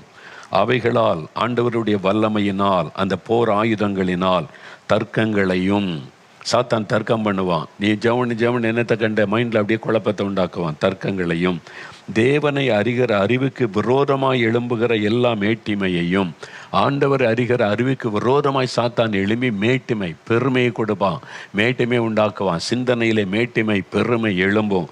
அதை நிர்மூலமாக்கணும். பரிசுத்தாவுடைய வல்லமையினால் அந்த மேட்டிமை நிர்மூலமாக்கணும். எந்த எண்ணத்தையும் கிறிஸ்துவுக்கு கீழ்ப்படிய சிறைப்படு, எந்த எண்ணத்தையும் தப்பான எண்ணங்கள் சிந்தனையிலே போராடுகிறவர்களை சிறைப்பிடிக்கணும். அந்த வல்லமை ஜெபத்தில் ரொம்ப முக்கியம். இது இந்த ஆவிக்குரிய போராட்டத்தில் நீங்கள் கவனித்து இந்த மாதிரி ஜெபிக்கும் போது சிந்தனை ஒருமனப்படா தடுக்கிற ஆவியை முதல்ல சிறை பிடிக்கணும், நிர்மூலமாக்கணும். சாத்தானுடைய ஜெப நேரத்தை கெடுப்பதற்கு சிந்தனைக்குள்ளே போராடி வருவான். ஒரு மனமாய் ஜெபிக்க விடாதபடி குழப்பத்தை உண்டாக்குவான், பயத்தை உண்டாக்குவான், சந்தேகத்தை உண்டாக்கும். முதல்ல அவனை நீங்கள் மடங்கடிக்கணும். இயேசு கிறிஸ்துவின் நாமத்தில் உன்னை சிறைப்பிடிக்கிறேன் பொல்லாத ஆவியே, என் எண்ணத்தை சிதறடிக்கிற ஆவியே, எனக்குள்ளே சந்தேகத்தை கொண்டு வருகிற ஆவியே, எனக்குள்ளே பயத்தை கொண்டு வருகிற சாத்தானே, உன்னுடைய கிரியைகளை நான் இப்பொழுது சிறைப்பிடிக்கிறேன். என் ஜெபத்துக்கு விரோதமாய் போராடுகிற, சிந்தனையில் போராடுகிற ஆவியை நான் கட்டுகிறேன். அப்படி ஜெபிச்சு அதை மேற்கொண்டுட்டீங்கன்னா அப்புறம் உங்களுடைய ஜெப நிறைய இனிமையாக இருக்கும். ஜெபத்தில் இவ்வளோ காரியம் இருக்குது. நீங்கள் இதெல்லாம் அறிந்து கொண்டீங்கன்னா சுலபமாக ஈஸியாக ஜெபிக்கலாம். உங்களுடைய ஜெபத்தில் வித்தியாசம் இருக்கும். இதுதான் வேறு சொல்லுகிறாரு. நீங்களா அப்போ முதல்ல தேவனோடு ஒரு மனம் இருக்கணும். ரெண்டாவது மனுஷர்களோட ஒரு மனம் இருக்கணும். மூன்றாவது நீங்கள் ஜெபிக்கும்போது உங்களுக்கு தேவன் மேலே ஒரு மனம், சிந்தை செதறாமல் ஒரு மனமாக நீங்கள் ஜெபிக்கணும்.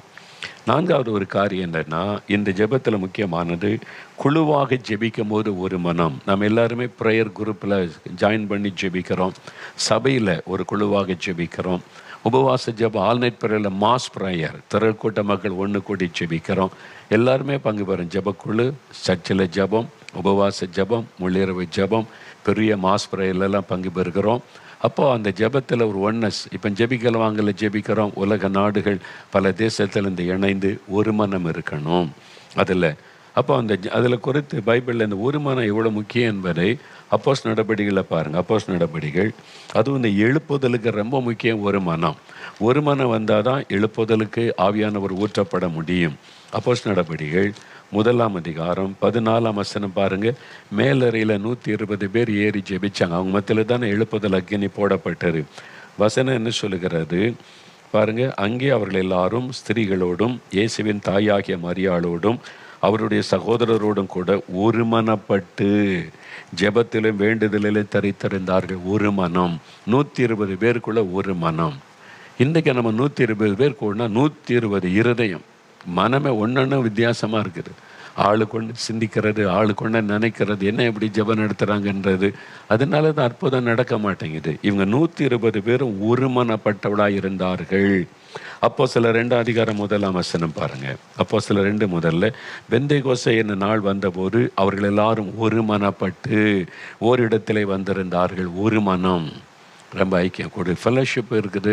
நீ குழுவாக ஜெபிக்கிறீங்கன்னா, குழுவாக ஊழியம் செய்கிறீங்கன்னா ஒரு மனம். அதற்கு சிலது விட்டு கொடுக்கணும்.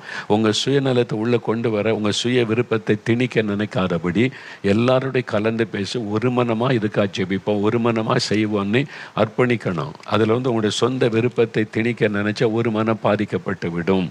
ஒரு மனம். அப்போஸ்தலர் 4:24 பாருங்கள். இங்கே அவங்க மிரட்டப்படுறாங்க, பயமுறுத்தப்படுறாங்க. இயேசு பற்றி சொல்லக்கூடாதுன்னு சொன்னபோது அதுக்கு 24ஆம் வசனம், அவர்கள் அதை கேட்டு ஒருமனப்பட்டு தேவனை நோக்கி சத்தமிட்டு, ஒருமனப்பட்டு ஒரே காரியத்திற்காக சத்தமிட்டு ஜெபிக்கிறாங்க. அப்போ அற்புதம் நடக்கிறது. அப்போஸ்தலர் 4ஆம் அதிகாரம் 32வது வசனம் பாருங்க. விசுவாசிகளாகிய திரளான கூட்டத்தார் ஒரே இருதயமும் ஒரே மௌனமும் உள்ளவளாக இருந்தாங்க. திரளான கூட்டம் விசுவாசிகள், ஒரே இருதயம். இன்றைக்கி இவ்வளோண்டு சின்ன கூட்டம், பல இருதயம் இருக்குது. 10 பேருக்கு விட 10 சிந்தை. ஆளுக்கு ஒன்று என்ன, இந்த ஆள் என்ன நடத்துறது, இந்த ஆள் பேசுகிற என்ன, எனக்கு அந்த இது இல்லையா, எனக்கு வரம் இல்லையா, அபிஷேகம் என்ன பயன்படுத்துறது இல்லை. ஆளுக்கு ஒரு மனம். அதனால தான் ஜெபத்தில் அற்புதம் நடக்க மாட்டேங்குது, வல்லமை பார்க்க முடியலை. இந்த ஒரு மனம் என்பது ரொம்ப முக்கியமான ஒரு விஷயம். நீ குழுவாய் கூடி வரும்போது, சபையில் கூடி வரும்போது இந்த ஒரு மனதை காத்துக்கொள்வதில் நீங்கள் கவனமாக இருக்கணும். ஆண்டவரே, இந்த ஒரு மனம் எனக்கு வேணும், ஒரு மனப்பட்டு ஜெபிக்கிற அனுபவம் எனக்கு வேணும். இதில் இந்த 4 காரியத்தை திரும்ப திரும்ப தியானித்து உங்களை ஜெப வாழ்க்கையில் நீங்கள் சரிப்படுத்தி கொள்ளுங்கள். உங்களுடைய ஜெபம் வல்லமை உள்ளதாக இருக்கும். உடனே அற்புதம் நடப்பதை நீங்கள் பார்ப்பீங்க. அப்போ ஒரு குழுவாக நீங்கள் ஜெபிக்க போகும்போது இந்த ஜெபம் எதுக்கு அதில் ஒருமனப்படுங்க. சிலர் தேசத்துக்காக உபவாச ஜெபம், அங்கே என் வயிற்று வலிக்கு ஜெபிக்கணும், தலைவலிக்கு ஜெபிக்கணும், என் பிள்ளை இப்படி கஷ்டப்படுது, கடன் பிரச்சனை இருக்குது, இந்த சிந்தையோடு பலர் உட்கார்ந்துருப்பாங்க. நமக்கு சாகும் வரைக்கும் இந்த பிரச்சனைலாம் இருக்கும், வியாதி, தேவை, பிரச்சனை, இது மாறவே கடைசி வரைக்கும் நமக்கு இருக்கும், எல்லாத்துக்குமே இருக்கும். அதை கடந்தால் போகணும். ஆனால் ஜெபிக்க, தேசத்துக்காக ஜெபிக்க வாங்கன்னா ஒரே நோக்கம், தேசத்துக்காக நான் ஜெபிக்க வந்திருக்கேன். உனக்கு சரித்தில வியாதிக்கு அதெல்லாம் கர்த்தர் பார்த்துக்குவார். அதை ஒதுக்கி வச்சுட்டு இதில் ஒருமனப்படணும். அங்கே எல்லாரும் இந்தியாவை ரட்சியம்னு ஜெபிக்கும் போது, ஆண்டவரே எனக்கு சுகம் கொடுங்க, என் குடும்பத்தை பாருங்கன்னு அழுதுகிட்டு இருந்தால் ஒரு மனம் இல்லை. இதனால தான் இன்றைக்கி பெரிய காரியம் நடக்க தடை ஏற்படுகிறது. அப்போ இந்த ஒரு மனதை காத்துக்கொண்டு நீங்கள் எது கூடி வந்திருக்கீங்க, அதில் ஒரு மனப்படுங்க. இதுக்கு தான் ஜெபிக்க. அதனால தான் நிறைய சொல்ல, கடைசி 10 நிமிஷம் நமக்காக ஜெபிப்போம், அதை மறந்துடுங்க. அது வரைக்கும் தேசத்துக்காக ஜெபிங்க. அப்போ அந்த ஒன்ஸ் ரொம்ப அவசியம். ஒரு ஜெப குழுவில் வரும்போது, ஒரு டீமாக ஜெபிக்கும் போது, டீமாக நீங்கள் காசுலர் போகும்போது ஒரு மனதில் காத்துக்கொள்ளணும். ஒன்று உங்களுக்கு சந்தேகம் தான் கேட்டேன்னா, இதை என்ன செய்ய போகிறோம், எப்படி பிரதர் அப்படின்னு கேட்டு ஓகே அப்படின்னு புரிந்து கொண்டு ஒன்னஸுக்குள்ளே வந்துடணும். உங்களுக்கு இவங்களோட ஒரு மனம் ஆக முடியலையா, குறை சொல்லிக்கிட்டு முறுமுறுத்துக்கிட்டு உள்ளே இருக்கக்கூடாது, போயிடணும். அவ்வளோதான். நான் எங்கள் ஊழியத்தில் சொல்லுவேன், ஒவ்வொரு மாதமும் நாங்கள் எல்லோரும் கூடி உபவாச ஜெபத்தில், உனக்கு இந்த புளியம் பிடிக்கலையா, இது உனக்கு ஒத்து வரலையா, எங்களுக்கு கொடுத்த தரிசனம், எழுப்புதல், ஜெபம், சுவிசேஷம், அதில் போய் கொண்டு இருக்கிறோம், உனக்கு அது சரியாக தெரியலையா, நீ போயிரு, நீ இந்த ஊழியத்தில் இருக்காத. ஒரு மனமாக இல்லாட்டா அது உனக்கும் பிரச்சனை, ஊழியத்துக்கும் பிரச்சனை. உன்னை ஒருவேளை வேறு ஊழியத்தில் கர்த்தர் பயன்படுத்த சித்தம் வச்சிருப்பார், அங்கே போய் ஊழியம் செய். ஒருவேளை நீ வேலை செய்து பெரிய சம்பாத்தியம் பண்ணுவதற்கு தேவன் உனக்கு சித்தம் வச்சிருப்பார், போய் நல்லா சம்பாதிச்சு நல்லா இரு. உள்ளுக்குள்ளே உட்காந்துக்கிட்டு முறுமுறுத்துக்கிட்டு இது சரியில்லை அது சரியில்லை அப்படின்னு சொல்லிக்கொண்டு ஒரு மனம் இல்லாமல் ஊழியத்துக்குள்ளே இருக்காத அப்படின்னு தெளிவாக நான் சொல்லிடுவேன். நான் ஓப்பனாக பேசிடுவேன். நீங்கள் அப்படி போகிறேன், இது குறையே சொல்லிட்டுப்பா, நீங்கள் சரியில்லை, ஊழியம் சரியில்லை, நான் போகிறேன்னு சொன்னுங்க, சந்தோஷமாக ஜெபம் பண்ணி அனுப்பிடுவேன். அவ்வளோதான். உங்களுக்கு பிரியப்படுத்தபடி நான் ஊழியம் செய்ய முடியாது. என் எஜமான் இயேசு, அவருக்கு பிரியமானபடி தான் இந்த ஊழியம் செய்ய முடியும். எல்லாருக்கும் ஒவ்வொரு வெறுப்பு இருக்குது ஊழியத்தில், அப்படி செஞ்சிடணும் இப்படி செஞ்சிடணும்னு. ஆனால் இந்த ஊழியத்தின் எஜமான் இயேசு, அவர் சொல்கிறபடி தான் இந்த ஊழியத்தை செய்ய முடியும். அவரோடு நான் ஒருமனப்பட்டு செய்கிறேன். எல்லாரோட ஒருமனப்பட்டு செய்ய முடியாது. உங்களுக்கு இந்த ஊழியத்தில் ஒரு மனம் இல்லை, இது சரியாக தெரியலன்னா போயிருங்க. இதுக்கு உள்ளே உட்காந்துட்டு வருத்தத்தோட முறுமுறுப்போடு ஊழியம் செய்யக்கூடாது. ஓப்பனாக நான் சொல்லிடுவேன். நான் அவ்வளோதான். சிலர் ஆண்டவரை அனுப்பிடுவார். ஆண்டவர் ஒரு மனம் இல்லாமல் உள்ள உட்காந்துருக்கால அனுப்பிடுங்க. எதுக்கு அவங்களும் வருத்தத்தோடு உட்காந்துக்கிட்டு இருக்கணும், சின்ன சின்ன காரியத்தை குறை சொல்லிக்கிட்டு, இன்னும் அப்போ அவங்க எல்லாத்தையும் குற்றம் சொல்லிக்கிட்டே இருப்பாங்க. அதனால் போயிருங்க அப்படின்னு சொல்லிட்டு வெளியே போன பிறகு ஊழியத்தை குற்றப்படுத்தி பேசிக்கிட்டே இருப்பாங்க. அதனால் நான் பாதிக்கப்பட போகிறதில்லை. அவங்க குற்றம் சொன்னால் இயேசு குற்றம் சொல்கிறாங்கன்னு அர்த்தம். ஊழியத்தை அவர் தானே நடத்துகிறாரு. அப்போ அவரை குற்றம் சொல்கிற மாதிரி அர்த்தம் தான் என்ன ஆண்டவர் தைரியப்படுத்துவான். நீ எதுக்கு ஒரி பண்ணுறாங்க, என்ன தான் பேசுகிறாங்க, இந்த ஊழியம் என்னுடையது, என்ன பேசுகிறான், பேசிட்டு போட்டோம், அவ்வளோதான். அப்படி தான் ஆண்டவர் ஆறுதல் படுத்தி நடத்துவார். வசனத்தை தெளிவாக புரிந்து கொண்டு, இயேசுவின் இருதயத்தை அறிந்து கொண்டு நம்ம அவரோடு ஐக்கியப்பட்டு நடக்க ஆரம்பிச்சுட்டா ஜெபம் எப்போவுமே இனிமையாக இருக்கும். உங்களுடைய ஜெபத்துக்கு அற்புதம் நடக்கும், அதிசயம் நடக்கும், விடுதலை உண்டாகும். பிறகு அதனால் தான் இத்தனை சாட்சிகளை கர்த்தர் எழுப்புகிறார். அதுக்கு என்ன நான் சரியாக ஆயத்தப்படுத்தி வைத்து கொள்ளணும். நான் எப்படியும் இருப்பேன், நான் ஜெபிக்கிற அற்புதம் நடக்காது, அப்படிலாம் நடக்காது. அது நம்ம தேவனோடு கூட ஒப்புரவாகி நம்முடைய ஆண்டவரோடு உள்ள ஐக்கியத்தை சரிப்படுத்தி, மனிதரோடு உள்ள ஐக்கியத்தை சரிப்படுத்தி, சிந்தனையில் ஒருமனப்பட்டவளாக ஜெபிக்கும் போது அற்புதம் நடக்கும். ஆண்டவரே எனக்கு இந்த ஒரு மனப்பாட்டை தாங்க, நான் ஒரே மனதோடு உம்மோடு நான் இணைந்திருக்கணும், எனக்கு அந்த ஒரு மனப்பாட்டை தாங்க, எனக்கு உமக்கு நடுவாக எந்த தடையும் வரக்கூடாது, என்னை பரிசுத்தப்படுத்தும். எங்கள் வீட்டுக்குள்ளே ஒரு மனம் இருக்கணும், எங்கள் சபையில் ஒரு மனம் இருக்கணும், எங்கள் ஐக்கியத்துக்குள்ளே ஒரு மனம் இருக்கணும். ஒரு மனதை பாதிக்கிற எதுவும் வேண்டாம். என்னை தாழ்த்துக்கிறேன், நான் ஒப்புரவாக்குறேன், போய் மன்னிப்பு கேட்கிறேன், மற்றவங்களை மன்னிக்கிறேன், அதுக்காக ஒப்பு கொடுக்கிறேன். ஒப்பு கொடுத்து பாருங்கள், உங்கள் ஜெபம் வல்லமுள்ளதாக இருக்கும். நீங்கள் கேட்ட உடனே அற்புதம் நடக்கும். அது இந்த அற்புதத்துக்கு காரணம் அதுதான். தேவனோடு உங்களுடைய இருதயம் நல் மனம் பொருந்தணும். ஆண்டவர் உங்களோட பேசியிருக்கிறார்ல, இப்போ ஜெபம் பண்ணலாம், ஒரு நிமிடம் ஜெபிக்கலாம், இருதயத்தில் கை வைங்க, அப்படியே பாருங்கள் ஆண்டவருக்கு உங்களுக்குள்ள ஐக்கியம் சரியாக இருக்குதா, ஆண்டவருடைய பிரசன்னத்தை உணர முடியுதா, இயேசு எனக்குள் இருக்கிறார், இந்த சந்தோஷம் பொங்குகிறது, அவர் என்னோடு இருக்கிறார், இந்த அனுபவம் இருக்குதா? இல்லை தடுமாறுறீங்களா? ஆண்டவர் உங்களோடு இல்லைன்ற காரியம் தெரியுதா? ஆண்டவரிடத்தில் அறிக்கையிடுங்க, பாவத்தை அறிக்கையிடுங்க, ஒப்புரவாகுங்க. ஆண்டவரோட ஐக்கியப்பட தடையாக இருக்கிற பாவத்தை அறிக்கை செய்து ஜெபிங்க. மனுஷரோட ஐக்கியம், உங்கள் கணவரோட ஐக்கியமாக இருக்கீங்களா? மனைவியோட அன்பு ஐக்கியமாக இருக்கீங்களா? உங்கள் பெற்றோரோட, பிள்ளைகளோட, மாமியாரோட, மருமகளோட, அவங்களுடைய வேலை செய்கிற இடத்துல மேல் அதிகாரியோட அன்பாக இருக்கீங்களா? ஐக்கியமாக இருக்கீங்களா? ஒருமனமாக இருக்கீங்களா? பாதிக்கப்படுதா? ஒப்பு கொடுங்க. நீங்கள் உங்களை ஒப்பு கொடுங்க. மற்றவங்களை குறை சொல்லி கொண்டு இருக்காமல், ஆண்டவரை என்ன சரிப்படுத்துங்க, என்ன மாற்றுங்க, நான் எல்லாரோட அன்பு ஐக்கியமாக இருக்க எனக்கு கிருபை தாங்க, அந்த தாழ்மை தாங்கன்னு கேளுங்க. நான் யாரிடத்தில் அது மன்னிப்பு கேட்கணுமா? நான் கேட்குறேன். யார்கிட்டையாவது ஒப்புரவாகணுமா? ஒப்புரவாகிறேன். ஆண்டவரே, ஆண்டவரிடத்தில் ஒப்பு கொடுத்து அப்படி ஜெபம் பண்ணுங்க, ஜெபம் பண்ணுங்க, ஜெபம் பண்ணுங்க. ஆண்டவரே, நான் ஐக்கியத்தில் ஒரு மனதை காத்துக்கொள்ளணும். கசப்புகள், வெறுப்புகள் என் உள்ளத்தில் வராதபடி காத்துக்கொள்ளும். மாறுபாடான சிந்தை, பெருமை வராதபடி காத்துக்கொள்ளும். நான் நல்ல அன்போடு ஐக்கியத்தோடு இணைந்து ஒருமனப்பட்டு ஜெபிக்கணும். ஒப்பு கொடுங்க. இப்பொழுது தகப்பனே, உம்முடைய பிள்ளைகள் ஒப்பு கொடுத்து ஜெபிக்கிறாங்கப்பா. ஒரு மனமாக ஜெபிக்க வேண்டும் என்கிற சத்தியத்தின் மூலமாய் உம்முடைய பிள்ளைகள் இன்றைக்கு வசனத்தினால் தொடப்பட்டதற்காய் நன்றி. ஆண்டவரை தங்களை தாழ்த்தி ஒப்புரவாக கிருபை தாரும். போய் மன்னிப்பு கேட்டு சரிப்படுத்த கிருபை தாரும். மற்றவர்களை மன்னித்து விடுகிற இருதயத்தை தாரும். வீட்டுக்குள்ள அன்பு, ஐக்கியம், ஒரு மனம் உண்டாகட்டும்.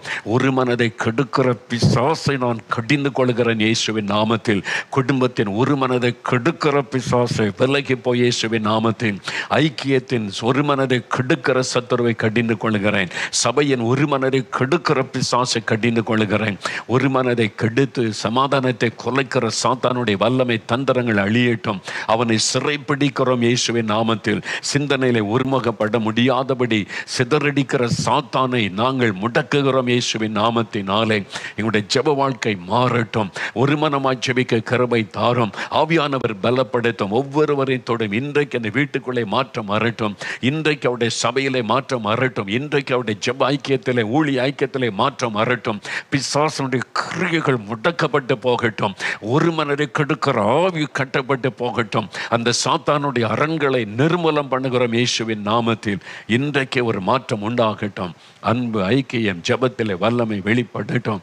நீர் அப்படி செய்த அன்பிற்காக ஸ்தோத்திரம். இது என்றைக்கும் காத்துக்கொள்ள முடிய பிள்ளைகளை கிருபை தாரும். இயேசு கிறிஸ்துவின் நாமத்தில் ஜெபிக்கிறோம் பிதாவே. ஆமேன், ஆமேன். என் ஆத்துமாவே கர்த்தரை சோஸ்தரி, என் முழு உள்ளமே அவருடைய பரிசுத்தமுள்ள நாமத்தை சோஸ்தரி. என் ஆத்துமாவே கர்த்தரை சோஸ்தரி, அவர் செய்த சகல உபகாரங்களை மறவாதே. ஆமேன், ஆமேன்.